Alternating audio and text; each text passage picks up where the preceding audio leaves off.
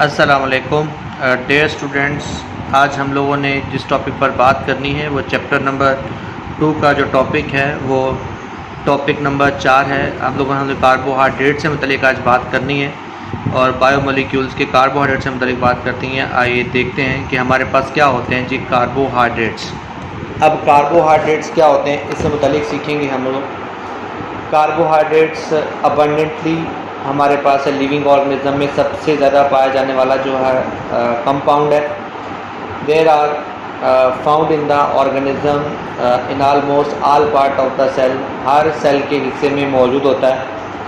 और सेलुलोज जो होती है वुड की उसके अंदर होता है, कॉटन और पेपर के अंदर होता है, starch present in the serial उसमें भी कार्बोहाइड्रेट्स होते हैं। रूट जो ट्यूबर्स होती हैं उसके अंदर भी शकरकंदी वगैरह जैसे हो गई। केन शुगर यानी गन्ना जो होता है इसके अंदर भी कार्बोहाइड्रेट्स होती हैं। मिल्क शुगर ये सब की सब यानी सेलुलोज वुड हो गई, कॉटन पेपर हो गई, स्टार्च सीरियल प्रोडक्ट्स हो गई, रूट ट्यूबर्स हो गए, शुगर केन हो गया, मिल्क शुगर वगैरह हो गया, इन सब के अंदर ठीक ठाक अमाउंट में क्या होती हैं कार्बोहाइड्रेट्स होती हैं। क्यों होती हैं? क्योंकि कार्बोहाइड्रेट्स प्ले करती हैं दोनों तरह का स्ट्रक्चरल भी और फंक्शनल भी रोल किसके अंदर इन लिविंग ऑर्गेनिज्म की बॉडी के अंदर इनका स्ट्रक्चरल रोल भी है और फंक्शनल रोल भी है। दोनों तरह के काम ये एक साथ करती है। Simple carbohydrates are the main source of energy in the cell, यानी सबसे जो मेन सोर्स है वो कार्बोहाइड्रेट से मिलती है। याद रखने की बात है, लिपिड्स कंपैरेटिवली ज़्यादा एनर्जी जरूर देते हैं पर main source of energy of a cell क्या है? एक्चुअली क्या है? कार्बोहाइड्रेट्स है। Some carbohydrates are the main constituent of cell wall. Plant के अंदर और माइक्रो ऑर्गेनिजम्स की जो सेल वॉल होती है उनके अंदर कार्बोहाइड्रेट्स क्या होते हैं? वो मेन कॉन्स्टिट्यूएंट्स के तौर पर भी होते हैं। अब कार्बोहाइड्रेट्स होता क्या है हमने ये सिर्फ समझना है। द वर्ड कार्बोहाइड्रेट्स लिटरली यानी हमारे पास जो लफ्ज़ ही मिला कार्बोहाइड्रेट यानी हाइड्रेटेड कार्बन, यानी इसका लिटरल मतलब लफ्ज़ी मतलब बनेगा हाइड्रेटेड कार्बन, यानी ऐसे कार्बन जिनके साथ OH आयन लगा होगा। हम कहते हैं ये सारे के सारे क्या कहलाते हैं?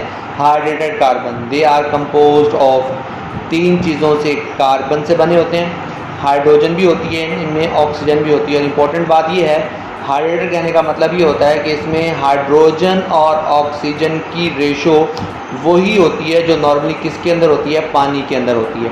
इसलिए हम लोग इनको ऐसे कार्बन कहा जाता है जिसमें पानी की मिकदार के इक्वल हाइड्रोजन और ऑक्सीजन की मिकदार होती है, इसलिए इनको कहा जाता है ये हाइड्रेटेड कार्बन है। तो जनरल फार्मूला क्या है जी? CxH2y। X जो है वो होल नंबर होता है, वो 3 से स्टार्ट होता है और कई हज़ार तक जा सकता है, जबकि जो Y है वो होल नंबर भी हो सकता है और कोई और नंबर भी हो सकता है, वो कुछ भी हो सकता है। केमिकली कार्बोहाइड्रेट को डिफ़ाइन कैसे करते हैं? अगर पूछे जी डिफ़ाइन कार्बोहाइड्रेट तो हमेशा ये डेफिनेशन लिखनी होती है पॉलीहाइड्रोक्सी एल्डिहाइड के या कीटोन्स के, यानी ऐसे एल्डिहाइड और कीटोन्स के मॉलिक्यूल जिसके ऊपर बहुत सारे क्या लगे हुए हैं? हाइड्रोक्सिल ग्रुप लगे हुए हैं, या ऐसे कम्प्लेक्स सब्सटेंसेस जिनको हाइड्रोलाइज किया जाए और वहाँ से यील्ड हो, पैदावार हो, पैदा हो। कौन? या तो पॉलीहाइड्रोक्सी एल्डिहाइड हो या फिर कीटोन सब यूनिट पैदा हो।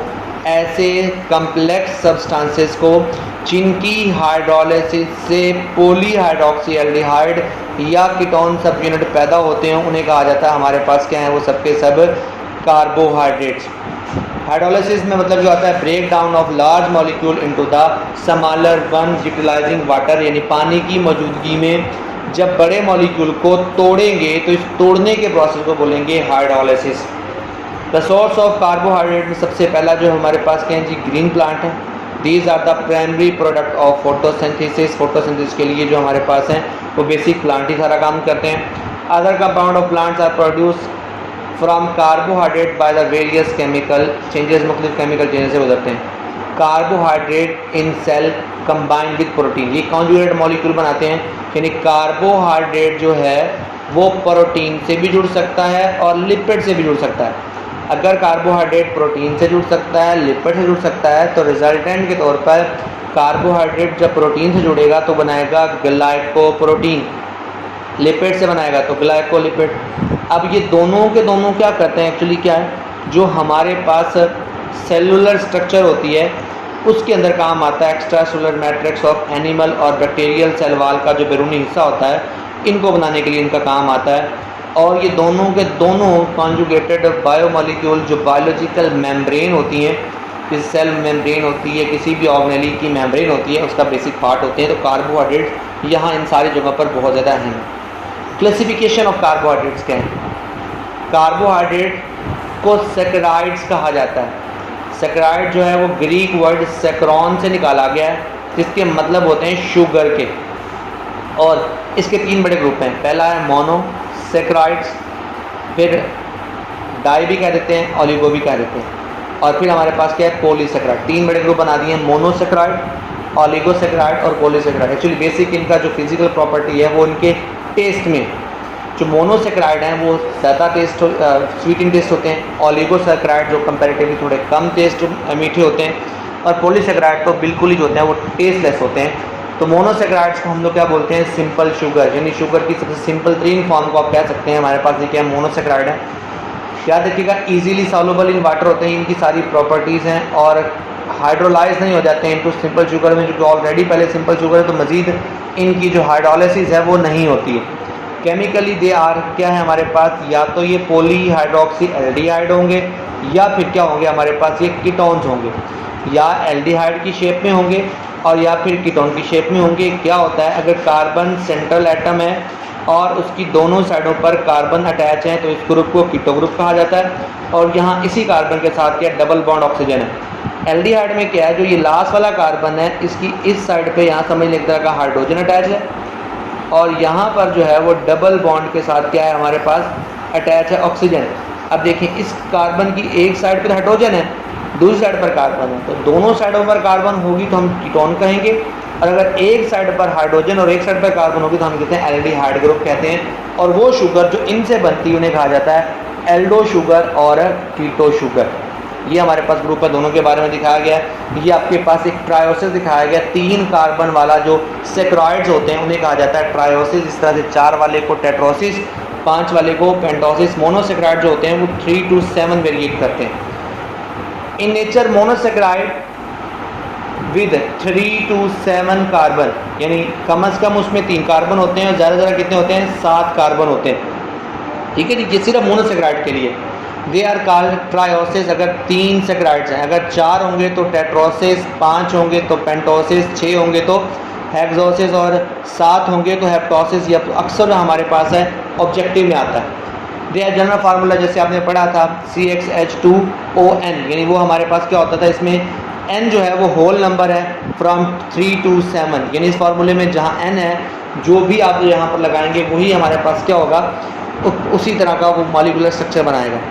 अब यहाँ पर जो पीछे आपने देखे थे वो 2 ट्रायोसिस थे, ठीक है जी। और ये हमारे पास क्या है जी, जो ट्रायोसिस होते हैं वो इंटरमीडिएट मतवसत किस्म की जो हमारे पास सिचुएशन होती है किसकी, रेस्पिरेशन की और फोटोसिंथेसिस की। टेट्रोसिस जो होते हैं, अच्छा याद रखना ये बड़ा इंपॉर्टेंट ऑब्जेक्टिव है कि जो इंटरमीडिएट फॉर रेस्पिरेशन है वो कौन से हैं, वो 3 कार्बन वाले ट्रायोसिस हैं। अब रेयर इन नेचर कौन है, वो टेट्रोसिस है, 4 कार्बन वाले मोनोसैकराइड्स। और हमारे पास जो है वो पेंटोसिस क्या होते हैं, हेक्सोसिस जो होते हैं वो मोस्ट कॉमन, 5 कार्बन वाले और 6 कार्बन वाले जो होते हैं वो बहुत कॉमन होते हैं from biological point of view से। इंपॉर्टेंट हेक्सोसिस ग्लूकोज है, और हमारे पास aldo sugar. Structure of the ribose and glucose given below, ये हमारे पास राइबोज है, इसमें कार्बन गिनते हैं 1 2 3 4 5 कार्बन वाला हमारे पास राइबोज, और 6 कार्बन वाला कौन है, ग्लूकोज है। कहते हैं जी जैसे ही ये राइबोज अपने आप को सोल्यूशन फॉर्म में लेकर जाते हैं तो ये अपनी चेन फॉर्म खो देते हैं और क्या बना देते हैं, स्पेसिफिक किस्म की रिंग स्ट्रक्चर बनाते हैं। रिंग स्ट्रक्चर के हिसाब से राइबोज को हम लोग कहते हैं हमारे पास राइबोफ्यूरानोज, और जो 6 कार्बन वाला ये 6 कॉर्नर वाला ग्लूकोज का रिंग होता है उसे कहता है ग्लाइकोपाइरानोज। ये हमारे पास क्या है, ये 2 स्ट्रक्चर्स हैं ग्लाइकोपाइरानोज और राइबोफ्यूरानोज की। कब, जब ये मोनोसैकराइड यानी पेंटोसिस और हेक्सोसिस अपने आप को क्या करते हैं, सोल्यूशन फॉर्म में लेके जाते हैं, तो ये हमारे पास इस स्ट्रक्चर में नज़र आते हैं। तो हम क्या कहते हैं कि ये हमारे पास क्या है जी, एक तरह का इनका स्ट्रक्चर है, जिसमें हमारे पास ये 5 कॉर्नर रिंग है, इसे डी राइबोज कहा जाता है और डी ग्लूकोज का नाम दिया जाता है। इसका जो फुल फॉर्म है हमारे पास है ग्लाइकोस्पाइरानोज है। यहाँ जिस चीज़ का ध्यान रखना होता है वही होता है ओरिएंटेशन हाइड्रोक्सल आयन की। यहाँ पर देखें हाइड्रोक्सल आयन की जो लगा हुआ ग्रुप है ये कहाँ पर लगे हुए, ओरिएंटेशन का सिर्फ डिफरेंस है बेसिकली। तो हमारे पास इसमें फिर हमारे पास बताया जाता है इन फ्री स्टेट ग्लूकोज जो है वो फ्रूट्स के अंदर बहुत बड़ी मिकदार में होती है। अब वो कौन कौन से फ्रूट हैं ये ऑब्जेक्टिव 12 दीगर पेपर्स में आ चुकी है। वो नॉर्मली क्या करते हैं, ग्रेप्स, फिज, अंजीर और डेट, खजूरों वगैरह का नाम देते हैं, इन तीनों को ऑप्शन में डाल देते हैं। तो याद रखना तीनों के अंदर जो है वो फ्री स्टेट में अच्छी भली अमाउंट में क्या चीज़ मौजूद होती है, कार्बोहाइड्रेट्स मौजूद होते हैं, स्पेशली मोनोसेक्राइड्स। आवर ब्लड, हमारे ब्लड के अंदर ये परसेंटेज भी ऑब्जेक्टिव में आती है 0.08% ग्लूकोज है। In combined form it is found in many disaccharide and polysaccharide structure में होती है, जैसा कि स्टार्च की शक्ल में हमारी बॉडी में, सेलुलोज की शक्ल में, ग्लाइकोजन की शक्ल में, जो कि यील्ड प्रोडक्ट है ग्लूकोज के लिए। ये हमारे पास क्या होता है, ये सारी इन्हीं शक्लों में हमारी बॉडी के अंदर होते हैं। Glucose is the natural produce in the green plant. जब क्या करते हैं वो कार्बन डाइऑक्साइड के 6 मॉलिक्यूल को जड़ों से जज्ब होने वाले पानी के साथ, पानी के 12 मॉलिक्यूल के साथ सनलाइट के मौजूदगी में क्लोरोफिल में रिएक्ट करवाते हैं, तो क्या बनाते हैं वो ग्लूकोज बनाते हैं। साथ में बाय प्रोडक्ट पर ऑक्सीजन भी बनती है और साथ में पानी के मॉलिक्यूल भी एवेपोरेट होते हैं। अब यहाँ पर बताने की बात यह है कि जब आपने 10 ग्राम ग्लूकोज बनानी है उसके लिए सूरज की 717.6 kilo calorie energy, solar energy use होगी, जो कि ऐसे समझ लें कि 10 ग्राम ग्लूकोज मॉलिक्यूल के अंदर मौजूद होगी। इतनी बड़ी अमाउंट में जो सनलाइट है उसको ट्रैप करके कार्बन डाइऑक्साइड और वाटर को रिएक्ट करवा के प्लांट अपने अंदर ग्लूकोज बनाते हैं, और ये स्टोर्ड फॉर्म में एनर्जी जो होती है वो बाद में दोबारा क्या होती है, लिविंग ऑर्गेनिज्म इस केमिकल एनर्जी को दोबारा यूटिलाइज करते हैं अपने अंदर बॉडी में ऑक्सीडेशन रिडक्शन रिएक्शंस के दौरान।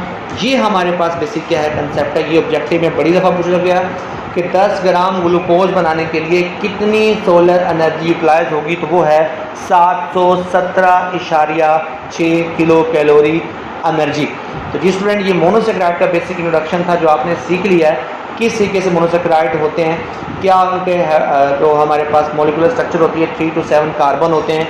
3 वाला जो हमारे पास होते हैं वो इंटरमीडिएट होते हैं, 4 वाला जो होता है वो बड़ी रेयर होते हैं, 6 और 7 वाला जो होता है हमारे पास बड़ा कॉमन मिल जाते हैं। 6 और 7 वाले को राइबोज और ग्लूकोज कहते हैं। 5 वाला जो है 6 वाला ये नॉर्मल हमें मिल जाते हैं। तो हमने सारे इनके बारे में डिस्कस किया है। तो ये सीखिए, इंशाल्लाह नेक्स्ट टॉपिक के साथ जल्दी मिलते हैं।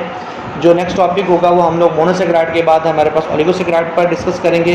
तब तक के लिए अल्लाह हाफिज़।